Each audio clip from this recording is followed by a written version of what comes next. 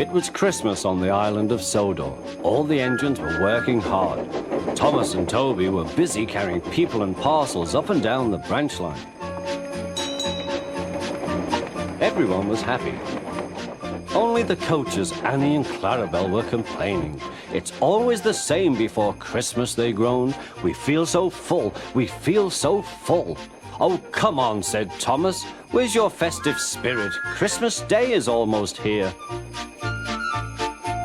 By the side of the track was a lonely little cottage with a familiar figure waving to them. It's Mrs. Kindly, whistled Thomas. Peep, peep, Happy Christmas! Thomas always felt better for seeing her. Christmas just wouldn't be Christmas without Mrs. Kindly.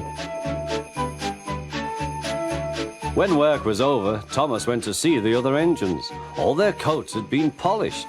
Ha, said Gordon, just look at us. Your driver will have to work fast to get you as smart as us. Never mind that, replied Thomas. I've something important to say. Do you realize it's a whole year since Mrs. Kindly saved us from a nasty accident? You remember when she was ill in bed and... Yes, of course, interrupted Edward. You told us how she waved her red dressing gown out of her window to warn you about a landslide ahead. And you and Toby gave her presents, Percy joined in. And the Fat Controller sent her to Bournemouth to get better. But, said James and Henry together, the rest of us have never thanked her properly. Exactly, said Thomas. So now I think we should all give her a special Christmas party. Everyone was getting very excited, and the drivers felt sure that the Fat Controller would agree, as indeed he did. The engines were all busy making plans when silence fell. The Fat Controller had bad news. The weather's changed badly. Mrs. Kindly is snowed up. Toby says he'll help to rescue her. You must help too, Thomas. There's no party unless you do. Thomas hated snow, but he said bravely, I'll try, sir. We must rescue her. We must.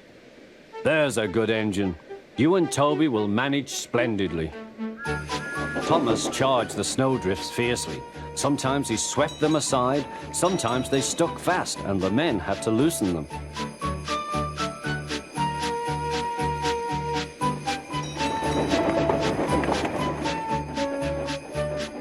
But at the cutting near the cottage, they could go no further.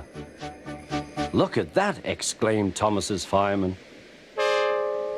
Peep, peep, peep, here we are, whistled Thomas. An answering wave came from an upstairs window. Then they heard a familiar sound. That's Terence, said Thomas. He's come to help too. Sure enough, Terence had a snowplow and was working hard to clear a path to the railway line in safety.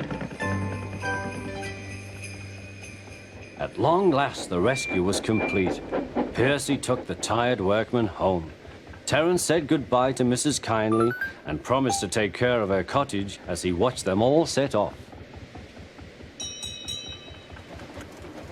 The engines made good time. No more snow had fallen, but the yard was dark. Thomas's heart sank. Suddenly, all the lights went on. What a marvelous sight awaited Mrs. Kindly.